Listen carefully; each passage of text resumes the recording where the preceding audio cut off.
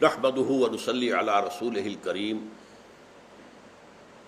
اما بعد فقد قال الله تبارك وتعالى كما ورد في سورة الجمعة اعوذ بالله من الشيطان الرجيم بسم الله الرحمن الرحيم هو الذي بعث في الأميين رسولا منهم يتلو عليهم آياته ويزكيهم ويعلمهم الكتاب والحكمة وإن كانوا من قبل لفي ضلال مبين وآخرين منهم لما يلحقوا بهم وهو العزيز الحكيم ذلك فضل الله يؤتيه من يشاء والله ذو الفضل العظيم صدق اللہ العظیم۔ وہی ہے اللہ جس نے اٹھایا امیین میں سے ایک رسول، انہی میں کا، جو سناتا ہے انہیں اس کی آیات اور تزکیہ کرتا ہے ان کا، پاک کرتا ہے ان کو، اور سکھاتا ہے انہیں شریعت، احکام، اور سکھاتا ہے ان کو حکمت، اور یقیناً وہ لوگ اس سے قبل بڑی کھلی گمراہی میں مبتلا تھے۔ وَآخَرِينَ مِنْهُمْ لَمَّا يَلْحَقُوا بِهِمْ، اور اس کی بعثت جو ہے اوروں کے لیے بھی ہے جو انہی میں سے ہوں گے مگر ابھی ان میں شامل نہیں ہوئے۔ وَهُوَ الْعَزِيزُ الْحَكِيمُ، اور وہ زبردست ہے، کمال حکمت والا۔ اب یہ آیت در حقیقت اس اعتبار سے بہت اہم ہے کہ امت محمد صلی اللہ علیہ وسلم کا کمپوزیشن جو ہے یہ اس کو بیان کر رہی ہے، اور اس کے لیے میں آپ کے سامنے the structure of an atom اس کو سامنے رکھوں گا۔ ایٹم کا آپ کو معلوم ہے کہ نیوکلیس ہوتا ہے، اس میں پازیٹیو چارج ہوتے ہیں، الیکٹرک چارجز پازیٹیو، اس کے گرد ہوتے ہیں الیکٹرانز، ایک دائرہ، دوسرا دائرہ، تیسرا دائرہ، الیکٹرانز ہیں، ان میں نیگیٹو چارج ہوتا ہے۔ بالکل اسی طریقے سے امت محمد کا ایک نیوکلیس ہے، وہ نیوکلیس ہے امیین، جن میں سے حضور تھے اور جن کے لیے آپ کی بعثت خصوصی ہے، اسی لیے ان کی زبان میں قرآن نازل ہوا۔ لہذا اصل بعثت آپ کی بعثت اولین کہہ لیجئے، وہ تو امیین کے لیے ہے، اور یہ ایک بہت بڑا فضل ہے جو اللہ نے عطا کیا بنو اسماعیل کو، اور جو امی تھے جن کے ہاں یوں سمجھیے کہ کوئی 2500-3000 سال سے نہ کوئی نبی آیا، نہ رسول آیا، نہ کتاب آئی، کچھ بھی نہیں، امیین، ان میں اللہ نے اپنا ایک نبی اٹھایا۔ تو اس اعتبار سے انہیں ایک بہت بڑا فضل حاصل ہوا، فضیلت حاصل ہوئی۔ لیکن یہ کہ یہ نبی صرف ان کے لیے نہیں بھیجے گئے بلکہ پوری نوع انسانی کے لیے بھیجے گئے۔ اب اس کا کیا پروسیجر ہو سکتا تھا کہ آپ نے صلی اللہ علیہ وسلم امیین کے اندر سے ایک امت تیار کر دی، ایک جماعت تیار کر دی، اسے آپ مبلغین کی جماعت کہیں، اسے آپ مجاہدین کی جماعت کہیں، وہ آپ نے تیار کر دی، اور جزیرہ نماء عرب میں وہ مقصد بھی پورا کر دیا۔ هو الذی ارسل رسولہ بالہدی ودین الحق لیظہرہ علی الدین کلہ، اللہ کے دین کو غالب کر دیا، جو بھی اس میں مصیبتیں اٹھانی پڑی، تکلیفیں جھیلنی پڑی، آزمائشوں میں سے گزرنا پڑا، جو ہوا وہ اب آپ سیرت کو ایک نظر میں لے آئیے کہ اس میں کیا کیا کچھ حضور نے جھیلا ہے اور کیا کیا کچھ آپ کے ساتھیوں نے جھیلا ہے۔ لیکن یہ کہ اب اس امت کو بقیہ تمام نوع انسانی کے لیے ذریعہ بنایا گیا، اب تم یہ پیغام پہنچاؤ باقی پوری نوع انسانی تک۔ چنانچہ حجۃ الوداع کے موقع پر آپ نے جب اپنی تعلیمات کے چند اہم نکات کو بار بار دہرا کر پختہ کیا، اس کے بعد آخر میں آپ نے فرمایا فَلْيُبَلِّغِ الشَّاهِدُ الْغَائِبَ، دیکھو میں نے تمہیں پہنچا دیا، اور آپ نے 3 مرتبہ سوال کر کے جواب دیا، الا هل بلغت، دیکھو میں نے تمہیں پہنچا دیا یا نہیں، تبلیغ کر دی کہ نہیں، اور جواب دیا پوری اس وقت کے مجمع نے، 1.25 لاکھ کے مجمع نے، انا نشهد انک قد بلغت الرسالۃ وادیت الامانۃ ونصحت الامۃ وکشفت الغمہ، ہاں اے رسول صلی اللہ علیہ وسلم، ہم گواہ ہیں آپ نے رسالت کا حق ادا کر دیا، آپ نے امانت کا حق ادا کر دیا، آپ نے گمراہی کے جو اندھیارے تھے ان کے پردے چاک کر دیے، آپ نے ہماری خیر خواہی کا حق ادا کر دیا۔ 3 مرتبہ سوال اور جواب کے بعد آپ نے فرمایا فَلْيُبَلِّغِ الشَّاهِدُ الْغَائِبَ، اب پہنچائیں وہ جو یہاں ہیں ان کو جو یہاں نہیں ہیں، جو یہاں نہیں ہیں میں دونوں انکلوڈ ہو گئے، اس وقت دنیا میں جو انسان تھے وہ بھی، اس لیے کہ ابھی میں آیت آپ کو سنا چکا ہوں، آیت نمبر 158 سورہ آراف کی، یا ایھا الناس انی رسول اللہ الیکم جمیعا، اے لوگوں، اے بنی آدم، میں اللہ کا رسول ہوں تم سب کی جانب۔ اور اسی طرح سورہ سبا میں فرمایا گیا حضور سے خطاب فرما کر، وما ارسلناک الا کافۃ للناس بشیرا ونذیرا، ہم نے نہیں بھیجا ہے آپ کو اے محمد مگر پوری نوع انسانی کے لیے بشیر اور نذیر بنا کر۔ یہ کام اب کس کو کرنا ہے؟ اب امت کو کرنا ہے۔ اس کے نتیجے میں کیا ہوا؟ ایرانی ایمان لے آئے، اب یہ گویا کہ الیکٹران نمبر 1 ہو گیا۔ رومیوں میں سے بہت سے ایمان لے آئے، یہ الیکٹران نمبر 2 چل رہا ہے۔ قبطی کاپٹکس جو تھے مصر کے، وہ ایمان لے آئے، یہ اور آگے چل رہا ہے۔ تو یہ ہے جو کہ الیکٹرانز ہیں جو گھوم رہے ہیں، لیکن نیوکلیس وہ ہے امیین، امیین بنو اسماعیل، وہ ہے در حقیقت جن کی زبان میں یہ کتاب آج بھی موجود ہے، جن کی لسان عربی مبین، اس کے اندر قرآن نازل کیا گیا۔ اس اعتبار سے یہاں فرمایا، کیونکہ پہلی آیت میں کیا تھا؟ هو الذی بعث فی الامیین رسولا منہم، اس پر عطف قائم ہو رہا ہے، وآخرین منہم، اور بھی ہیں، دوسرے بھی ہیں جن کی طرف ہم نے مبعوث کیا ہے محمد کو صلی اللہ علیہ وسلم۔ اب یہاں 2 الفاظ آئے، منہم ہے انہی میں سے، جو بھی آئے گا انہی میں ضم ہو جائے گا، جو بھی آئے گا انہی میں شامل ہو جائے گا، امت محمد ہی میں شمار ہوگا۔ یہ صرف امیین ہی کی امت نہیں ہے، یہ پوری عالمی امت ہے، یہ تو گلوبل امت ہے۔ پوری دنیا میں کوئی قوم ایسی نہیں ہوگی جہاں کوئی مسلمان موجود نہ ہو، گلوبل امہ۔ اس اعتبار سے وہ جو ہے انہی میں سے، بالآخر انہی میں شامل ہو جائیں گے، وہ امت کا جز ہے، جزو لا ینفک ہے۔ لما یلحقوا بہم، لیکن ابھی تک ان کے ساتھ ملحق نہیں ہوئے، شامل نہیں ہوئے۔ As the time passes they will join them, رفتہ رفتہ وہ قوم در قوم، نسل در نسل لوگ جو ہے اس امت میں شامل ہوتے چلے جائیں گے، اور وہ بھی امت محمد کے اسی طرح حصے میں ہوں گے جیسے کہ یہ بنی اسماعیل ہے اور امیین ہے۔ اس کے ضمن میں ایک روایت بھی ملتی ہے کہ حضور تشریف فرما تھے اور کچھ صحابہ بیٹھے ہوئے تھے، تو کسی صحابی نے پوچھا حضور سے کہ وہ آخرین سے مراد کیا ہے؟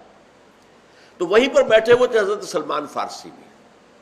حضور نے ان کی طرف اشارہ کیا، اس کی قوم، اور ساتھ ہی فرمایا کہ اگر حکمت سریا پر بھی ہوگی تو اس کی قوم کا کوئی فرد وہاں سے بھی لے آئے گا۔ یہ نوٹ کر لیجئے، ایرانیوں کے بارے میں، چونکہ سلمان فارسی ایرانی تھے، فارسی، حضرت سلمان رضی اللہ تعالی عنہ، جن کا درجہ اتنا ہے کہ حضور نے فرمایا سلمان و منا من اہل البیت، سلمان تو میرے اہل بیت میں شامل ہے، اس درجے ان کا جو ہے مقام بلند ہے۔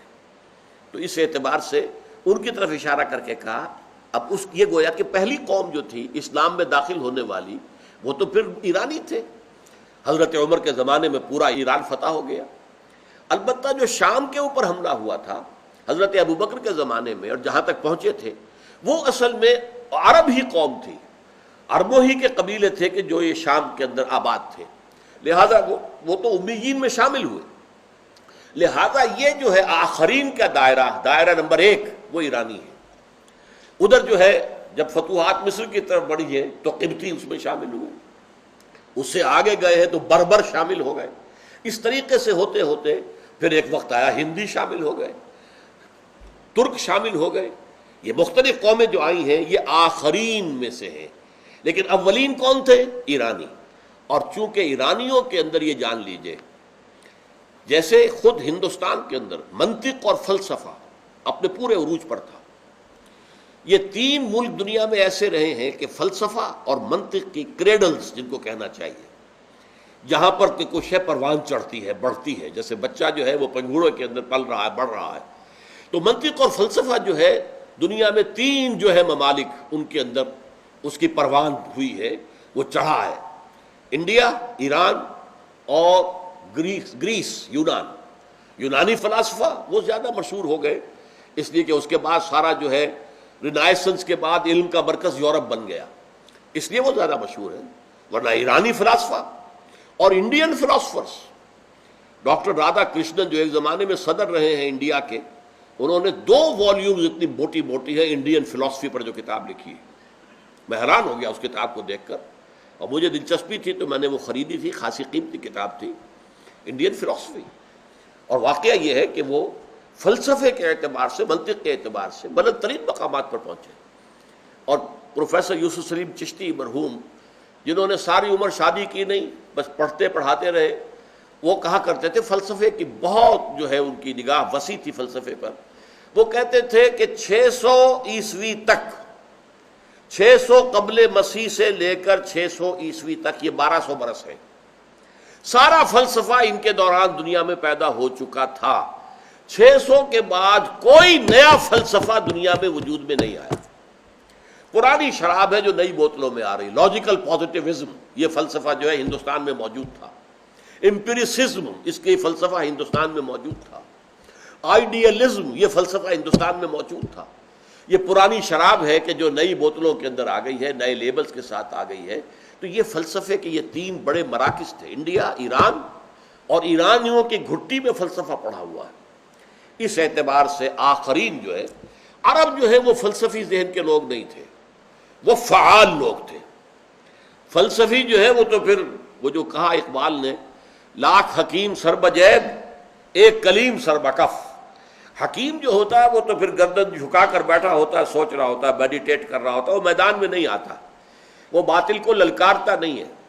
وہ تو جیسے علامہ اقبال کی بھی آپ نے ایک تصویر دیکھی ہوگی، جو اس طرح وہ بیٹھے ہوئے ہیں، جیسے گہری سوچ کے اندر عام طور پہ یہ تصویر آتی ہے. یہ گویا کہ حکیم، یہ اس کے لیے ایک بڑی سمبولک تصویر ہے، اور جس کو خود اقبال کہتے ہیں کہ لاکھ حکیم سر بجیب، وہ اپنے گریبان ہی میں منہ ڈالے رکھتے ہیں اور اپنا غور کرتے رہتے ہیں، میڈیٹیٹ کرتے ہیں، اس کے اندر مراقبے کرتے ہیں، سوچتے ہیں، تصورات کی دنیا میں رہتے ہیں. اور ایک کلیم حضرت موسیٰ علیہ السلام سر بکف، وہ سر اپنا ہتھیلی پر رکھ کر فرعون سے جا ٹکرائے. اللہ تعالیٰ نے فرمایا اذهب الى فرعون انه طغى. کہاں فرعون، کتنی بڑی اس کی بادشاہت، کتنی اس کی افواج، کہاں یہ کلیم بے نوا، اور بنی اسرائیل میں سے کہ جو ان کی غلام قوم تھی اس میں سے تھے. لیکن اللہ تعالیٰ نے بھیجا، جا ٹکرائے سر بکف. گویا کہ پہلے دن سے اپنا سر تو اپنی ہتھیلی پر رکھا ہوا تھا، ورنہ ظاہر بات ہے کہ جا کر وہ فرعون سے جو ہے وہ ٹکرا جانا جو ہے بے معنی بات تھی. تو اس اعتبار سے فلسفے کے لیے ایران، ہندوستان اور یونان یہ فلسفے کے مراکز رہے. ان میں سے سب سے پہلا مرکز جس سے کہ اسلام کو سابقہ پیش آیا وہ ایران ہے. وآخرین منہم لما یلحقوا بہم. تو بعثت ان کی ہوئی ہے ان کے لیے بھی کہ جو ان کے علاوہ ہیں اور ابھی ان میں شامل نہیں ہوئے، لیکن حکمن وہ انہی میں شامل ہوں گے. امت ایک ہو جائے گی، وحدت امت، ایک ہو مسلم حرم کی پاسبانی کے لیے نیل کے ساحل سے لے کر تا بخاک کاشغر. یہ کاشغر معلوم ہے کہاں ہے؟ یہ چائنا میں ہے، اور یہ چینی ترکستان مسلمانوں کا علاقہ ہے. جیسے روسی ترکستان یہ آزاد ہوا بعد میں، جبکہ یو ایس ایس آر ٹوٹی ہے، تو ازبکستان اور قازقستان اور یہ سارے جو آزاد تاجکستان، یہ سب مسلمان ترک. تو اس کو ہم کہتے تھے روسی ترکستان. اور ایک چینی ترکستان ہے جو چین کے علاقے میں شامل ہے. اور چائنا اسی وجہ سے مسلم فنڈامنٹلزم کا دشمن ہے کہ اسے خطرہ یہ ہے کہ اس کے اپنے علاقے میں، یہ ایک بہت پرانی بات ہے کہ 5 کروڑ کی تعداد بتائی جاتی تھی، اب شاید وہ 10 کروڑ ہو چکے ہوں جو مسلمان ترک آباد ہیں. یہ سنکیانگ جو کہلاتا ہے، جو پاکستان سے بالکل ملحق ہے علاقہ، اور یہ خنجراب پاس جو آپ کراس کرتے ہیں اگر ٹاپ سے، تو اس کے بعد شروع ہونے والا سنکیانگ ہے، مسلمانوں کا علاقہ. وہاں کم سے کم میں سمجھتا ہوں کہ آج کے حساب سے 10 کروڑ مسلمان موجود ہوگا. تو بہرحال چینی یہ کاشغر سے لے کر اور نیل دریائے مصر تک یہ پوری امت جو پھیلی ہوئی ہے، اس کو ایک ہو جانا چاہیے. ایک ہو مسلم حرم کی پاسبانی کے لیے نیل کے ساحل سے لے کر تا بخاک کاشغر. وآخرین منہم لما یلحقوا بہم وہو العزیز الحکیم. وہ زبردست ہے، حکمت والا ہے. اب اس میں نوٹ کیجئے یہاں حکمت جو ہے کس اعتبار سے بیان کی گئی. جب حضور کو بھیجا ہے پوری نوع انسانی کے لیے اور تا قیام قیامت. اب 2 راستے تھے، یا تو حضور کی زندگی طویل ہوتی قیامت تک تو آپ تبلیغ کرتے رہتے، ہندوستان میں بھی کرتے، ایران میں بھی کرتے، یونان میں بھی کرتے، چین میں بھی کرتے، روس میں بھی کرتے، خود کرتے. آخر آپ کو معلوم ہے کہ ابلیس کو اللہ تعالیٰ نے عمر دیے کہ نہیں دیے.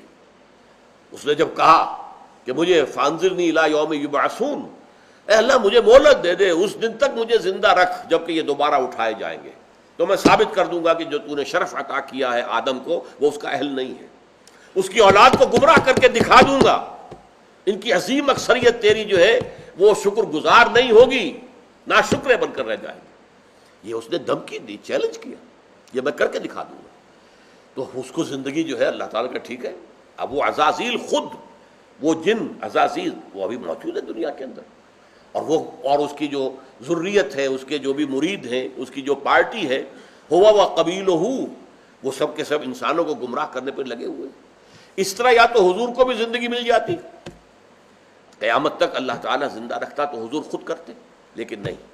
حکمت خدا بندی کا تقاضا یہ ہوا کہ حضور تو ایک عام انسان کی طرح 63 برس کی عمر میں فوت ہو گئے، اور 63 بھی یہ ہمارے حساب سے نہیں ہے، یہ مغالطہ نہ ہو آپ کے ذہن میں، 63 قمری ہے جو کہ ہمارے حساب سے 61 برس بنتے ہیں، کل 61 برس۔ یہ 61 برس کی عمر میں حضور نے عظیم انقلاب برپا کیا، عظیم انقلاب۔ واقعہ یہ ہے کہ ڈاکٹر مائیکل ہارٹ نے اگر نمبر 1 پر رکھا ہے پوری نوع انسانی کے اندر بلند ترین عظیم ترین شخصیت محمد ہے صلی اللہ علیہ وسلم، تو یوں ہی تو نہیں کیا ہے اس کا میں بار بار ذکر کر چکا ہوں، آج تفصیل میں نہیں جانا چاہتا۔ تو یہ بات جو ہے آپ نے کر کے دکھائی، تو اس کے لیے اللہ نے امیین میں سے ایک جماعت بنا دی، امیین میں سے ایک امت وجود میں آ گئی، وہ نیوکلیس کا کام کرے گی، اور اب ان کے ذریعے سے دین پہنچے گا ایران، اور پہنچے گا ترکی، اور پہنچے گا مصر، اور پہنچے گا لیبیا اور موراکو اور موریتانیہ سے ہو کر وہ بحر اوقیانوس تک پہنچ جائے گا، ادھر ایران سے ہو کر خراسان ماوراء النہر تک افغانستان تک پہنچ جائے گا۔ یہ تو خلافت راشدہ کے اندر ہی پہنچ گیا تھا، اس کے بعد تو اسلام اس سے کہیں آگے بڑھا ہے۔ پورا ہندوستان اسلام کے زیر نگی، کتنا بڑا علاقہ تھا یہ پورا، جس کو آئیبیرین پیننسولا کہا جاتا ہے، جس میں 2 ملک ہیں، اسپین اور پرتگال، یہ پورا کا پورا مسلمانوں کی حکومت، پورا سینٹرل ایشیا مسلمانوں کی حکومت۔ خارزم شاہ کی حکومت جو تھی بہت بڑی تھی۔ اس وقت کے یہ جو سارے علاقے ہیں جو روس سے آزاد ہو کر علیحدہ بنے ہیں، یہ سب کے سب خارزم شاہ کی حکومت کے اندر شامل تھے، پورے کے پورے، جو آج 5-6 ملک ہیں یہ سب کے سب اس کے اندر شامل تھے۔ تو یہ بڑی عظیم، لیکن یہ کن کے ذریعے سے؟ امیین میں سے ایک امت بنائی گئی، جس کا ذکر آیا ہے سورہ بقرہ میں، وَكَذَلِكَ جَعَلْنَاكُمْ أُمَّةً وَسَطًا لِتَكُونُوا شُهَدَاءَ عَلَى النَّاسِ وَيَكُونَ الرَّسُولُ عَلَيْكُمْ شَهِيدًا۔ اسی طرح ہم نے تمہیں ایک درمیانی امت بنا دیا ہے تاکہ رسول گواہ ہو جائے تم پر اور تم گواہ بن جائے پوری نوع انسانی پر۔ گویا کہ لنک ہے، درمیانی امت لنک ہے، حضور کے درمیان اور پوری نوع انسانی کے درمیان لنک ہے امت محمد صلی اللہ علیہ وسلم۔ امت محمد کے ذریعے سے رسالت محمدی صلی اللہ علیہ وسلم کی تبلیغ اور اس کا ابلاغ جو ہے وہ ہوتا رہا ہے، اور اگرچہ ابھی اس کا آخری مرحلہ باقی ہے۔ جب تک یہ پوری نوع انسانی تک نہیں پہنچتا، اور جب تک پورے عالم انسانی پر اللہ کا دین غالب نہیں ہوتا، اس وقت تک ہنوز یہ بات پوری نہیں ہوئی۔ وقت فرصت ہے کہاں، کام ابھی باقی ہے، نور توحید کا اتمام ابھی باقی ہے، یہ ہونا ہے۔ اس کی خبریں دی ہے محمد الرسول اللہ صلی اللہ علیہ وسلم نے، پوری دنیا پر اسلام کا جھنڈا جو ہے لہرائے گا، لیکن اس سے پہلے دکھ کے ساتھ کہہ رہا ہوں، مسلمانوں کو ان کی بے عملی کی بہت سخت سزا ملے گی، اور ان میں بھی جو نیوکلیس ہے سب سے بڑا عذاب ان پر آئے گا۔ اس وقت بھی آپ کو معلوم ہے سب سے بڑا عذاب فلسطینیوں پر آیا ہوا ہے۔ آپ اپنی نگاہوں سے دیکھتے ہیں کس طرح ان کے مکانات اڑائے جا رہے ہیں، کس طرح بلڈوز کیے جا رہے ہیں، کس طرح ٹارگٹ کر کے جو ہے ان کے بڑے بڑے لیڈر جو ہیں ایک ایک کر کے ہلاک کیے جا رہے ہیں۔ یہ سب کچھ ہو رہا ہے، لیکن ان کے عرب بھائی بھی بیٹھے ہوئے ہیں، کوئی کچھ نہیں کرتا، اور خود مسلمان جو سب بھائی ہیں آخرین، وہ بھی تو بھائی ہیں، وہ آخرین منہم، انہی میں سے ہیں جو بعد میں ایمان لائے ہیں، ہندی ہے بہت بعد میں ایمان لائے ہیں، لیکن ہے تو اسی امت مسلمہ کے حصے، ہم کچھ نہیں کر پا رہے۔ تو ضربت علیہم الذلۃ والمسکنۃ وباؤوا بغضب من اللہ، جو قرآن مجید میں 2 مرتبہ آیا ہے مضمون یہود کے لیے، آج وہ راست آ رہا ہے، صادق ہو رہا ہے مسلمانوں پر، ان پر ذلت اور مسکنت تھوپ دی گئی، کم ہمتی اور کمزوری۔ آج ہم چیلنج نہیں کر سکتے برطانیہ کو، نہیں چیلنج کر سکتے امریکہ کو، امریکہ جو چاہے کرے، جس طرح دھڑلے سے وہ آیا ہے اور ہم بھی بداشے کی طرح بیٹھ گئے ہمارے صدر مشرف صاحب، اور ہم اعلی کار بن گئے مسلمانوں کو، افغان مسلمانوں کو، خاص طور پر وہ جنہوں نے اسلامی قانون نافذ کیے، جنہوں نے 95% علاقے کے اوپر افغانستان میں امن و امان قائم کر دیا، ان کے اوپر جس طریقے سے وہ جو ڈیزی کٹر جو بم پھینکے گئے ہیں، جس طریقے کی ہلاکت اور تباہی آئی ہے، جس کے نتیجے میں پھر اب طالبان نے یہی مناسب سمجھا کہ اس وقت پسپا ہو کر اپنے آپ کو بچا لیا جائے، چھپا لیا جائے، غاروں میں چلے گئے، اب پھر وہ نکل رہے ہیں، باہر آ رہے ہیں، ان کی ریزسٹنس ابھی ختم نہیں ہوئی ہے۔ اس کے بعد انہوں نے جو کچھ کیا ہے عراق میں، اور اس کے بعد اب دھمکیاں تو دے رہے ہیں، ایران کو بھی ہیں دھمکیاں، اور شام کو بھی ہیں، اور لبنان کو بھی ہیں، اگرچہ خود امریکہ اور برطانیہ کی فوج جو ہے اس نے یہ کہہ دیا ہے کہ جلدی کوئی اور نیا پروجیکٹ سامنے نہیں آنا چاہیے۔ We have been overstretched, ہم اتنے ہو گئے ہیں کہ اب ہمارے اندر زیادہ سکت نہیں ہے نیا کوئی محاذ کھولنے کی۔ آخر انسان ہے، آپ لاکھوں انسان بھی جمع کر لیں گے تو تھکن تو آتی ہے نا۔ کس موسم کے اندر وہ لوگ لڑے ہیں اور رہے ہیں یہ بصرہ کے علاقے میں اور عراق کے اندر گرم ترین شدید ترین آندھیوں کے موسم میں، تو اب وہ تھکے ہوئے ہیں اور ان کے پاس اب مزید فوج نہیں ہے۔ اسی لیے خوشامدیں کر رہا ہے امریکہ، پاکستان 10,000 آدمی دے دے، بھارت اتنے 1000 آدمی دے دے، یورپ سے اتنے لوگ اور آ جائیں، اور اس وقت آپ کو معلوم ہے بڑی شدید بارگیننگ جو ہے وہ یورپ کر رہا ہے امریکہ کے ساتھ، یہ شرطیں مانو تو پھر ہم فوجی دیں گے وہاں پہ امن قائم کرنے کے لیے۔ اور خدا کا شکر ہے، اچھی بات سامنے یہ آئی ہے کہ ہمارے صدر مشرف صاحب نے کہہ دیا ہے کہ ہم یہاں کے عوام کی مرضی کے خلاف وہاں فوج نہیں بھیجیں گے، یعنی یہ کہ ہمیں یہ معلوم ہو چکا ہے کہ پاکستان کے عوام اس کے حق میں نہیں ہے کہ ان کی جو فوجی ہیں پاکستانی فوجی وہ عراق میں بھیجے جائے، کہ وہاں خام خواہ ان کے ہاتھوں مسلمان عراقی مرے یا عراق کے مسلمانوں کے ہاتھوں ہمارے مسلمان فوجی مرے پاکستانی۔ تو اس سے چونکہ عوام نہیں چاہتے، ہم نہیں چاہتے، سب سے پہلے جو ہے میں نے ہی اس کا ایک بڑا اشتہار جو ہے اخبار میں دیا تھا، تو اس کے بہرحال انہوں نے کہا ہے، مجھے خوشی ہوئی کہ عوام کی مرضی کے خلاف ہم فوج نہیں بھیجیں گے عراق میں۔ بہرحال یہ ہے وَآخَرِينَ مِنْهُمْ لَمَّا يَلْحَقُوا بِهِمْ، اور دوسرے بھی ہیں جو انہی میں سے ہیں، بالآخر انہی میں شامل ہو جائیں گے، لیکن ابھی شامل نہیں ہوئے۔ وَهُوَ الْعَزِيزُ الْحَكِيمُ، اللہ زبردست ہے، جو چاہتا ہے کرتا ہے، لیکن اس کی حکمت یہ ہے کہ اس نے حضور کی عالمی اور حضور کی ابدی خلافت قیامت تک کے لیے رسالت جو تھی، اس کے لیے یہ میکینزم اللہ نے فیصلہ کیا کہ حضور ایک امت تیار کر کے اور باقی نوع انسانی تک اسلام کی تبلیغ اور اللہ کے دین کے غلبے کی جدوجہد امت کے حوالے کر دیں۔ فرمایا ذالک فضل اللہ یؤتیہ من یشاء، یہ اللہ کا فضل ہے، دیتا ہے جس کو چاہتا ہے۔ واللہ ذو الفضل العظیم، اللہ بہت بڑے فضل کا مالک ہے، اس کے خزانہ فضل میں کمی نہیں ہے، اس کے تو اتھاہ خزانے ہیں بے کنار، وہ جس کو چاہے دیتا ہے۔ ایک بہت بڑا فضل ہے جو، اب دیکھیے اس فضل کی ترتیب نوٹ کر لیجئے، سب سے بڑا فضل، سب سے بڑا فضل، سب سے بڑا فضل محمد الرسول اللہ صلی اللہ علیہ وسلم پر ہوا۔ ان فضلہ کان علیک کبیرا، اے محمد صلی اللہ علیہ وسلم، اللہ کا فضل آپ پر تو بہت بڑا ہے، بہت بڑا ہے، بہت بڑا ہے۔ جو آپ کو مقام جو عطا ہوگا، مقام محمود قیامت کے دن، آپ کے ہاتھ میں آپ فرماتے لواء الحمد بیدی، اللہ کی حمد جو ہے اس کا جھنڈا میرے ہاتھ میں ہوگا، اور دربار اخروی جو ہے اللہ تعالیٰ خود صدارت فرما رہے ہوں گے، وجاء ربک والملک صفا صفا، آ جائیں گے پروردگار بھی، کیسے نزول ہوگا وہ ہم نہیں جانتے، قرآن کہتا ہے میدان حشر میں اللہ تعالیٰ جو ہے نازل ہوں گے، نزول فرمائیں گے، اور فرشتے ہوں گے صفے باندھے ہوئے، اور پھر پوری نوع انسان کی حاضری ہوگی۔ وہاں حضور فرماتے ہیں لواء الحمد بیدی، آپ کا نام کیا ہے؟ محمد، احمد، اور حمد سے یہ الفاظ بنے ہیں، حمد کا جھنڈا میرے ہاتھ میں ہوگا، اور اس روز جو حمد میں کروں گا اللہ کی، آج وہ نہیں کر سکتا، یعنی اس وقت اللہ تعالیٰ کی معرفت جس حد کو پہنچ چکی ہوگی، آج چونکہ بہرحال حجاب ہے، پردہ حائل ہے نا آخر، لہذا میں اتنی حمد اللہ کی آج نہیں کر سکتا جو حمد اس روز کروں گا۔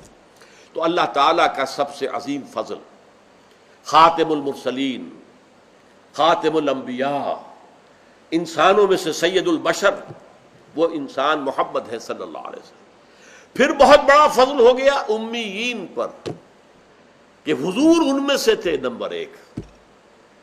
یہ تو اللہ تعالیٰ کی بہت بڑی رحمت ہے، بہت بڑی فضیلت ہے۔ امیین کو فضیلت ملی، انہی میں سے ایک آدمی کو چن لیا گیا، انہی میں سے ایک شخص۔ اب ظاہر بات ہے کسی کا وہ بھتیجا تھا، کسی کا وہ پوتا تھا، آپ کو معلوم ہے عبد المطلب کے پوتے تھے نا آخر حضور۔ آپ کے والد آپ سے کی ولادت سے پہلے انتقال کر گئے، لیکن ابن عبداللہ تھے نا، حضرت خدیجہ کے شوہر تھے نا، ابو طالب کے بھتیجے تھے نا، عباس کے بھتیجے تھے نا، تو انہی میں سے فرام دیئر اون کتھ اینڈ کن ہم نے نازل کیا۔ تو معلوم یہ ہوا کہ بہت بڑی فضیلت کا مقام جو ہے وہ عربوں کو حاصل ہو گیا، بنو اسماعیل کو۔ یہی وجہ ہے کہ سب سے بڑے عذاب کے مستحق بھی وہی ہوں گے، جن کے رتبے ہیں سوا، ان کی سوا مشکل ہے، جن کا مقام بلند ہوتا ہے۔ سورہ احزاب میں فرمایا گیا یا نساء النبی لستن کاحد من النساء، اے نبی کی بیویوں تم عام عورتوں کے مانند نہیں ہو، اگر تم میں سے کسی نے کوئی غلط حرکت کی تو سزا دوہری ملے گی عام لوگوں کی نسبت۔ جب تمہیں اللہ نے یہ کچھ دیا ہے، محمد کے گھروں میں آباد کیا ہے، تو تمہارا مقام تو بہت بلند ہونا چاہیے۔ تمہیں تو امت کی تمام خواتین کے لیے اسوہ بننا ہے، نمونہ بننا ہے۔ تو فضل نمبر 1 محمد الرسول اللہ پر، فضل نمبر 2 امیین پر، اور فضل نمبر 3 میں ہم بھی شامل ہیں، آخرین منہم۔ ہم ہندی ہیں یا کچھ اور ہیں، یا کوئی افغان نسل سے ہے، یا کوئی ترک ہے، یا کوئی مغل ہے، کوئی بھی ہے، یہ سب کیا ہے؟ آخرین منہم۔ بہرحال اللہ تعالیٰ نے ہمیں بھی چنا، ہمیں پسند کیا، ہمارے آباء و اجداد کو اسلام کی جو ہے توفیق دی، اسی سے ہمیں اسلام جو ہے اب تک پہنچا ہے۔ تو ذالک فضل اللہ یؤتیہ من یشاء، یہ اللہ کا فضل ہے، اللہ جسے چاہتا ہے دیتا ہے۔ سلیکٹ کر لیا محمد کو صلی اللہ علیہ وسلم، یہ اللہ کی مشیت تھی۔ سلیکٹ کر لیا امیین کو کہ ان میں سے نیوکلیس بنانا ہے امت محمد کے لیے، یہ اللہ تعالیٰ کا فضل تھا۔ اور ہم میں سے بھی جس کسی کو بھی اللہ نے قبول کیا، ہمارے آباء و اجداد کو، وہ بھی فضل میں شامل ہو گئے۔ ذالک فضل اللہ یؤتیہ من یشاء واللہ ذو الفضل العظیم، اللہ تعالیٰ تو بہت بڑے فضل والا ہے، اس کے فضل کے جو خزانے ہیں وہ اتھاہ ہیں۔ دیکھیے فضل وہ اس چیز کو کہتے ہیں جو بلا استحقاق ملے۔ اجر یا اجرت وہ ہے جو آپ محنت سے حاصل کرتے ہیں، وہ اجر ہے، اجرت ہے، اردو میں ہم اجرت بولتے ہیں، اجر ہے۔ لیکن فضل جو بلا استحقاق ملے، آپ نے ایک مزدور کو ہائر کیا، 8 گھنٹے کام کرنا ہے، 100 روپے مزدوری تھی، شام کو آپ نے 100 روپے دے دیے، وہ 101 ڈیمانڈ نہیں کر سکتا۔ لیکن اگر آپ نے دیکھا ہے کہ اس نے بڑی محنت سے کام کیا، چاہے کوئی سپروائز کر رہا تھا یا نہیں کر رہا تھا، ہی واز ورکنگ، آپ نے اس کو 10 روپے 20 روپے اور دے دیے، یہ فضل ہے۔ یہ آپ نے دیا ہے جس کا اس کے لیے استحقاق نہیں تھا، ہی کوڈنٹ ڈیمانڈ اٹ۔ تو اللہ سے کوئی انسان بھی کوئی شے ڈیمانڈ نہیں کر سکتا، جو بھی کچھ اللہ دیتا ہے وہ فضل ہے۔ روزی ہم اگر کماتے ہیں، محنت کرتے ہیں، بھاگ دوڑ کرتے ہیں، اس کے لیے چاہے دفتروں میں گھس گھس کرتے ہیں اپنے قلم سے، اور چاہے کسی چلاتے ہیں، اینٹیں ڈھوتے ہیں، یا کہیں کارخانے میں کام کرتے ہیں یا دکان، لیکن جو کچھ ملتا ہے اسے اللہ کا فضل سمجھو، اپنی محنت اور مزدوری کا حاصل نہ سمجھو۔